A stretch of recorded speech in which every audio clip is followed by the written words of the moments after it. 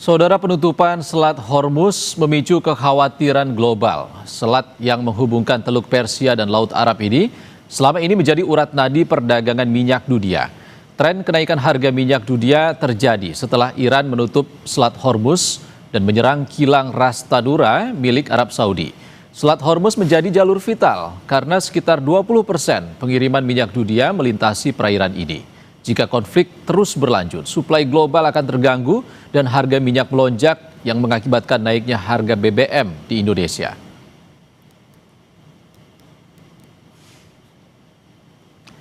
Konflik pun berpotensi mengganggu rantai pasok global. Gangguan distribusi energi berdampak langsung pada biaya produksi dan logistik pangan. Harga komoditas seperti ayam, telur, beras, dan sayuran berisiko meningkat. Terlebih kebutuhan yang harus diimpor. Ketika inflasi pangan naik, daya beli melemah dan konsumsi domestik Indonesia ikut terdampak. Dan pada akhirnya dampak perang Iran versus Amerika Serikat dan Israel akan dirasakan dalam kehidupan keseharian warga. Setelah rupiah melemah, harga BBM naik akan diikuti dengan kenaikan harga lainnya. Mulai dari ongkos transportasi hingga harga kebutuhan lainnya akan naik hingga berdampak ke masyarakat.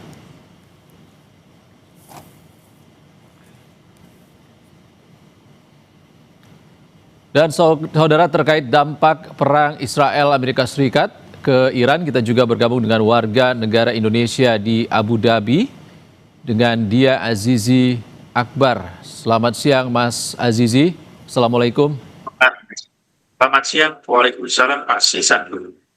Mas Azizi, kita juga masih bersama dengan Mbak Tia Mariatul Kiptiah, analis Timur Tengah dari BINUS University. Mbak Tia masih bersama kami. Ya, masih ya, Mas. Oke, Mbak Tia, kita ke Mas Azizi dulu di Abu Dhabi. Mas Azizi, Anda sempat mendengar dentuman rudal di sana. Seperti apa sebenarnya dampak perang Iran versus Israel dan Amerika Serikat di Abu Dhabi? Apakah situasi saat ini ada perubahan mengarah kondusif? Sejauh ini kondisi mengarah ke kondusif. Untuk dentuman rudal sendiri, banget tadi malam saya rasakan. Itu sekitar jam 7 atau jam 8 waktu setempat, setelah waktu Isya setempat ini. Itu ada dentuman rudal tepat di atas daerah apartemen saya.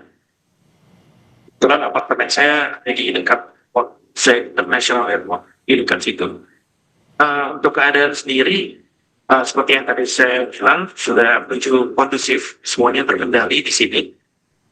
Itu kemarin sore tepat ada press conference dari pemerintah di sini, di pemerintah Uni Emirat Arab. Isinya adalah update untuk penduduknya, untuk presiden dan warga nasional Uni Emirat Arab tentang keadaan terbaru. Jadi ada beberapa hal yang disampaikan di situ, ada inti-inti dari tindak lanjut yang dilakukan oleh pemerintah, dan secara garis besar, secara keadaan sangat terkendali di sini. Oke, sejak serangan Amerika Serikat dan Israel ke Iran, lalu ada balasan dari Iran yang mengarah ke beberapa negara Arab Teluk. Kapan Anda mendengar serangan paling banyak terjadi? Jadi serangan dimulai pada 28 Februari 2026. Serangan pertama itu kira-kira sekitar jam 1 atau jam 2 siang. Saat itu saya posisinya lagi di apartemen, dan ledakan pertama itu saya mendengar langsung, dan dari situ situasi semakin meningkat. Sampai sekarang kondisinya dari KBRI di sini masih siaga 3, atau yang ditetapkan sebagai tingkat siaga terendah. Jadi ada tingkat total, siaga 3, siaga 2, dan siaga 1. Untuk sementara sekarang sampai sekarang ini masih siaga 3. Oke, lalu kalau dari pemerintah Uni Emirat Arab sendiri terhadap warga Abu Dhabi khususnya seperti apa untuk memperingatkan warganya, atau imbauan apa yang diberikan? Imbauan dari pemerintah di sini adalah untuk tenang, tetap ikuti instruksi dari pemerintah, dan untuk tetap siap siaga. Jadi bentuk ikuti instruksi pemerintahnya itu adalah pemerintah punya guideline yang diberikan ke masyarakat di sini. Terus juga ketika ada serangan, ada terdeteksi ancaman serangan, kita menerima SMS blast itu broadcast message, itu emergency message. Jadi semua penduduk di sini mendapat pesannya dan dalam bahasa masing-masing sesuai dari asal nationality-nya. Bentuk instruksinya itu adalah untuk take shelter, jadi untuk berlindung dan jauhi pintu atau jendela atau kaca itu. Nah, terus juga kita di sini dihimbau untuk menyiapkan emergency backpack gitu, satu tas yang berisi alat-alat emergency untuk kita bertahan sampai 72 jam ke depan. Dan kemudian dihimbau juga dari pemerintah di sini untuk tidak menyebar informasi yang sifatnya misinformasi. Jadi kita harus bertanggung jawab dan tetap harus mengikuti berita-berita dari sumber yang resmi. Oke, Mas Azizi, kita ke Mbak Tia dulu. Mbak Tia, kalau tadi disampaikan oleh Mas Azizi kondisi mengarah kondusif, tapi belum ada kepastian bagaimana Iran ke depannya. Lalu masih ada banyak warga Indonesia yang berada di Arab Teluk. Selain Mas Azizi juga ada warga diaspora lainnya maupun juga yang sedang melakukan perjalanan ibadah umroh. Lalu seperti apa sebaiknya pemerintah Indonesia bersikap terkait dengan keberadaan WNI kita di sana? Nah, justru dalam hal ini pemerintah Indonesia harus bersikap. Jadi bukan sibuk untuk menjadi mediator konflik begitu ya. Karena memang kita tidak pada kapasitas itu. Justru yang harus dilakukan oleh pemerintah Indonesia adalah konsen dengan WNI kita di berbagai titik konflik. Satu, di Iran itu cukup banyak juga WNI kita di sana, harus terus dilakukan koordinasi, dan saya apresiasi bahwa Kompas TV kemarin mengundang Pak Dubesnya ya, sehingga kita mengetahui kondisi WNI di sana. Yang kedua adalah titik-titik yaitu negara-negara Teluk, karena itu juga terdampak dari konflik ini. Uni Emirat, kemudian Qatar, kemudian Arab Saudi, apalagi Arab Saudi memang selain sangat banyak WNI di sana, juga ada sejumlah yang memang sedang beribadah. Ini terkena dampak juga ya, baik umroh misalnya, ataupun perjalanan-perjalanan yang memang yang bersifat spiritual. Nah, ini juga harus dijadikan perhatian oleh pemerintah kita untuk lebih fokus pada WNI kita. Dan itu di beberapa titik tersebut cukup banyak WNI kita itu, termasuk di Uni Emirat juga begitu ya. Kemudian di Qatar itu juga harus menjadi perhatian. Dan kita mencari lagi titik mana lagi yang kira-kira memang ketika Amerika menyerang Iran, Iran kembali memberikan balasan. Itu harus menjadi fokus begitu. Jadi jangan dulu berkomentar lah tentang bagaimana Amerika, bagaimana Iran, tapi justru yang harus kita fokuskan adalah WNI kita dulu, keselamatan WNI kita dulu. Baru kita memberikan komentar-komentar secara politik yang lainnya.